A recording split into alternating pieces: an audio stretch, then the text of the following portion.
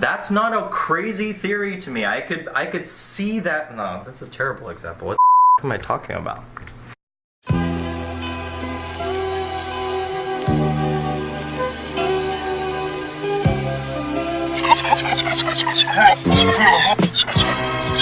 So, if you've ever done a session with me, you've definitely heard me talk about constructivism or social constructivism. But specifically today, I want to talk about theory building.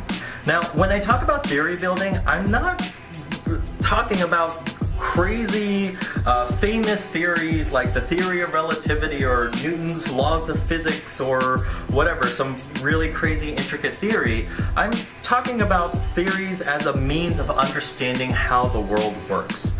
Because that's all a theory is. It's a way to explain something.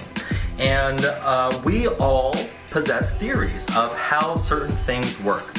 And maybe we even have a theory that tries to tie everything together, that helps us to understand how the world works, right? That's part of what physics tries to do, is to help us understand how things, how matter exists and how things interact with each other. When young children have theories, they can be flawed, right? That's what I'm inferring here, is that a theory doesn't have to be fully fleshed out and perfect.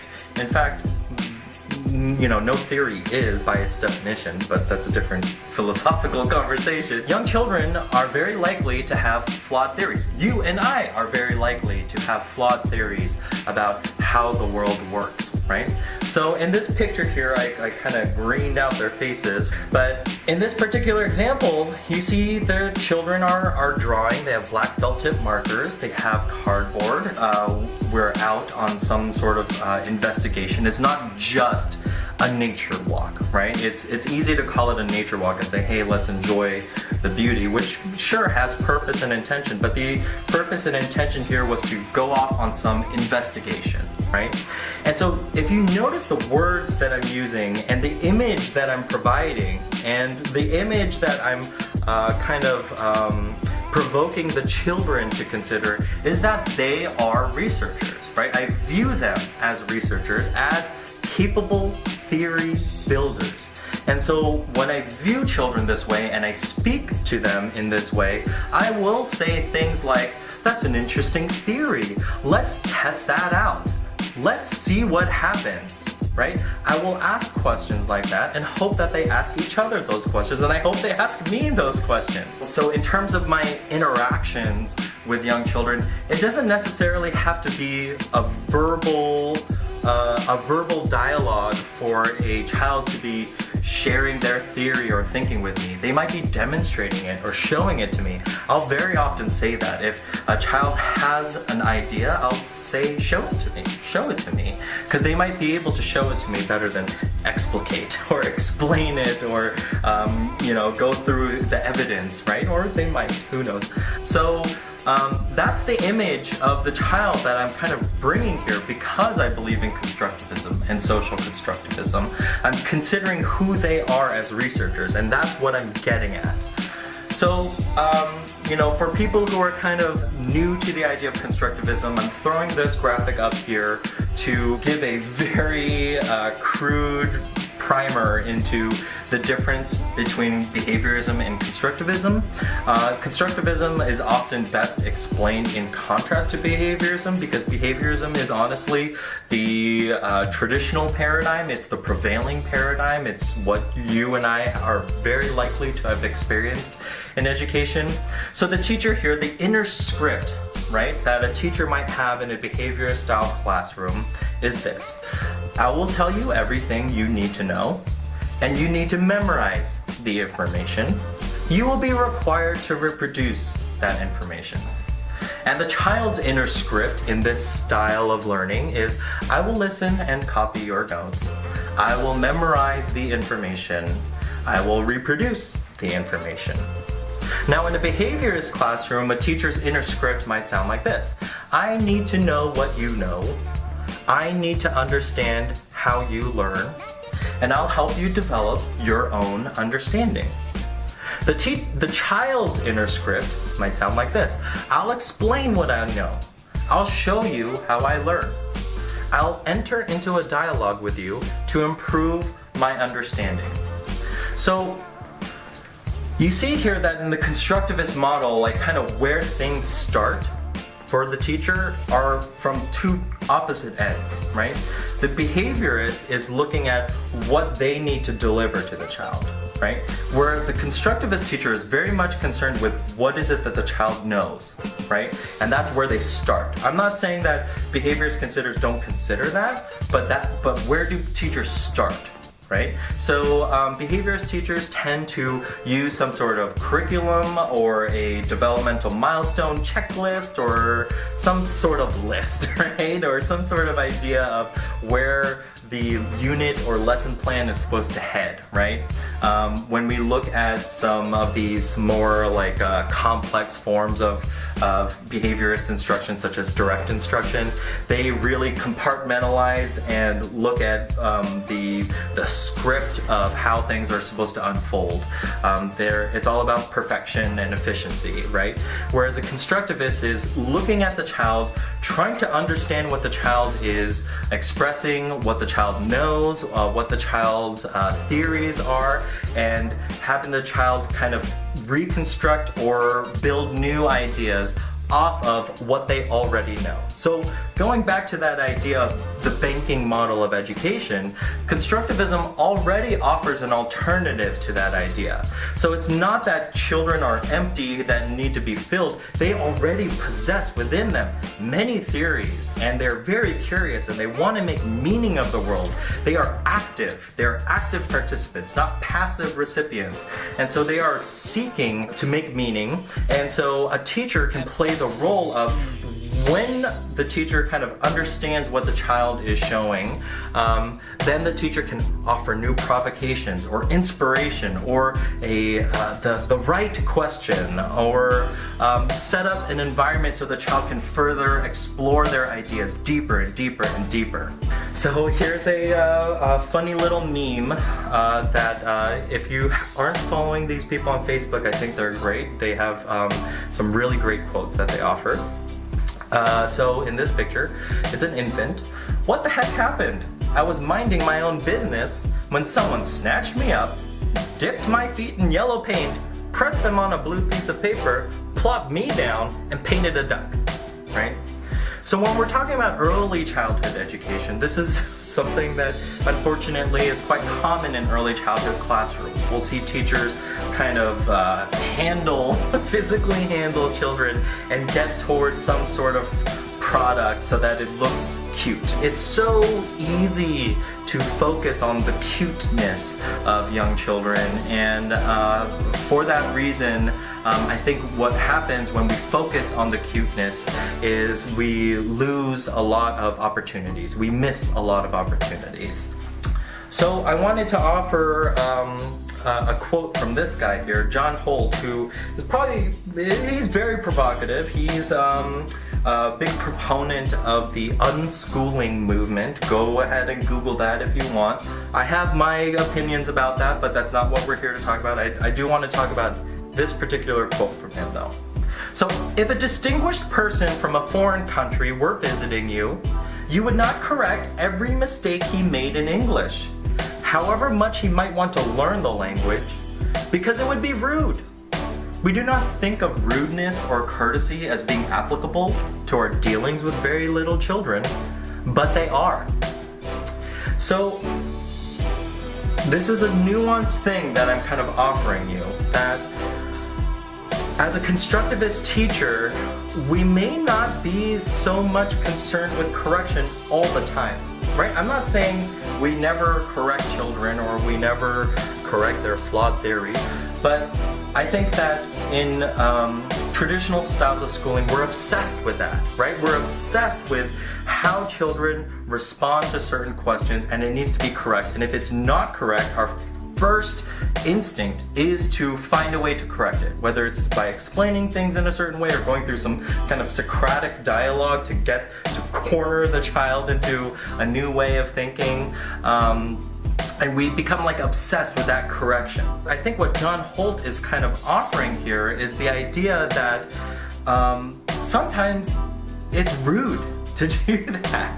Sometimes it's okay for a child or anybody to have their flawed idea, to live with their flawed idea, and we don't necessarily need to correct every small thing. We have to be very intentional about what it is that we are trying to teach, and it may not be about the thing that they were incorrect. Does that make sense? For instance, when a child calls a cat a dog, which might be very common for a 2-year-old who has a dog in their home, and they see a cat and they say, ooh, dog. Adults would tend to kind of correct the child. That's a dog, it's not a cat. That's not a cat, it's a dog, right? No. What? That's a cat, not a dog. So there's this obsession with correction, that we want to correct children, right? And something that I'm offering to you as an idea, so that we're not rude all the time and dismissing children all the time, is the idea that we focus on connection instead of that correction. So if a child calls a cat a dog, we offer a question or a provocation. Is it a dog? Interesting idea, interesting theory. Let's go and see. Let's get closer. Let's investigate. And so I'm encouraging effort instead, right?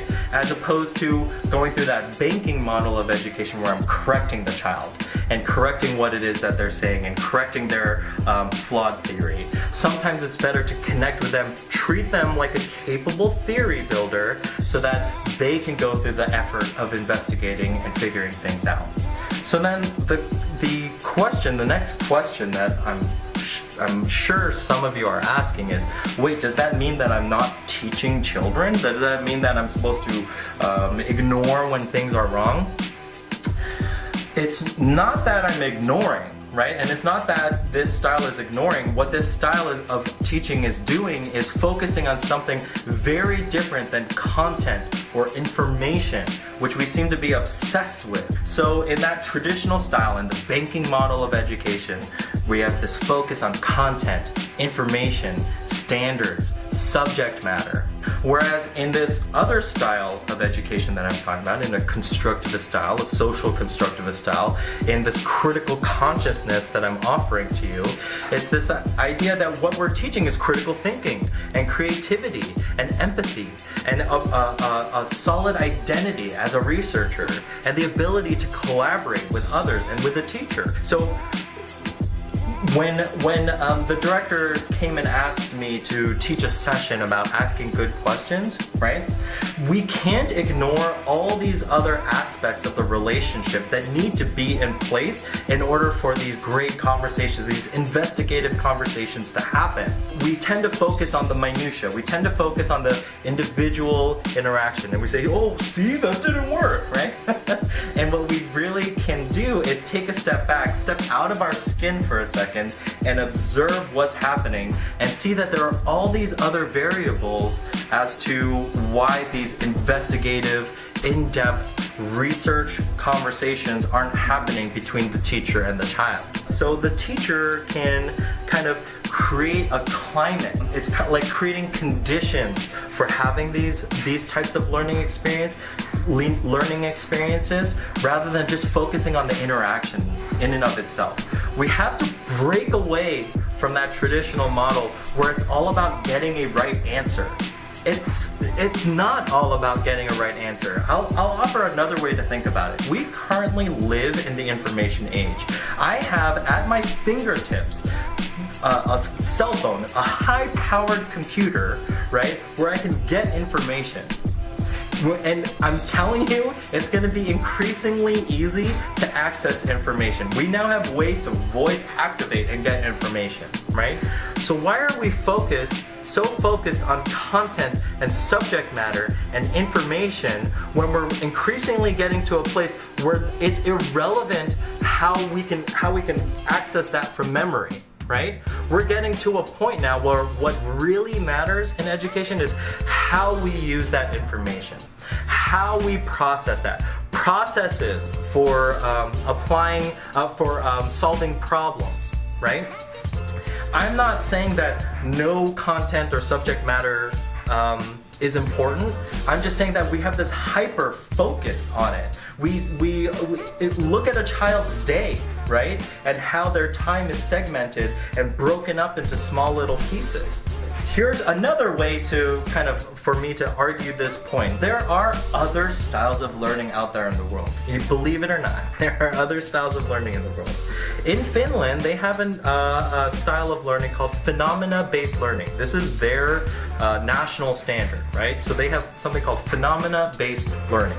And it's the idea that you take a phenomenon, or a concept, or an idea, and that's what you study. So for example, they'll take the phenomena of the European Union, right? Or they'll take Brexit, right? And it doesn't have to just be political. It can be about sustainable farming, right?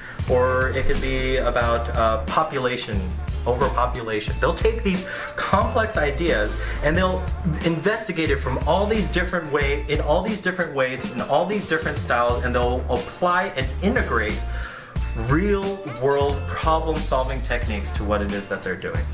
Is that style of education, right, would be incredibly complex to do if in the structure that we have right now, where children's time during a day is broken up, right, and it's segmented and it's compartmentalized.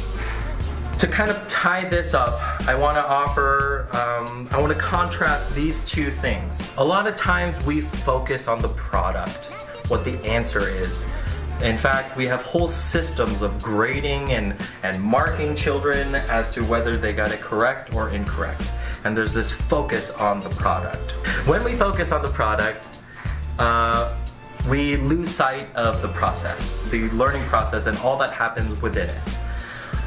If we limit our analyses solely on the product, we lose the information upon which we can formulate plans and act on as teachers. Through careful observation of the children's processes for expression, we can access their knowledge and hypothesize about their thinking. We can take into account variables beyond narrow standards or skills. We are teacher researchers.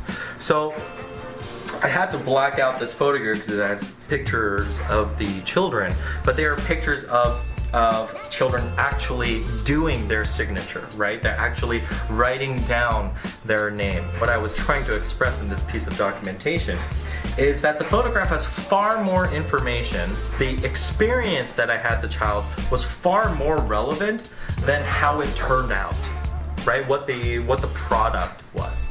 We have this obscene obsession with just the product and just how things turn out. I'm not saying that the product isn't important, right? I'm not saying that it's not important. I'm just saying that if that's all we focus on, if that's all we look at, then we miss out on all this other important information.